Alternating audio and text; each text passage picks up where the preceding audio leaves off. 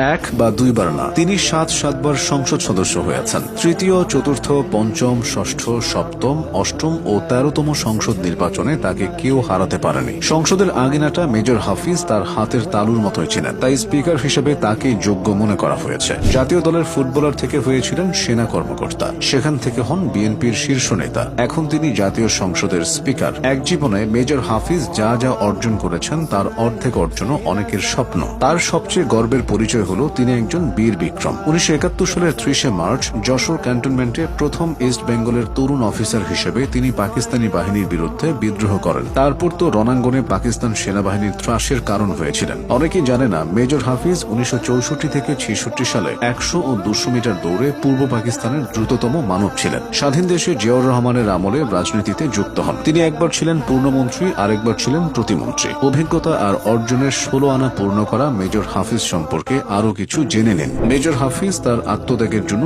বেশ প্রশংসিত। তার চোখের সামনে অনেক নবীন রাজনীতিবিদ দলের পদ পদবি বাগিয়ে নিলেও তিনি এসব নিয়ে কখনো অভিযোগ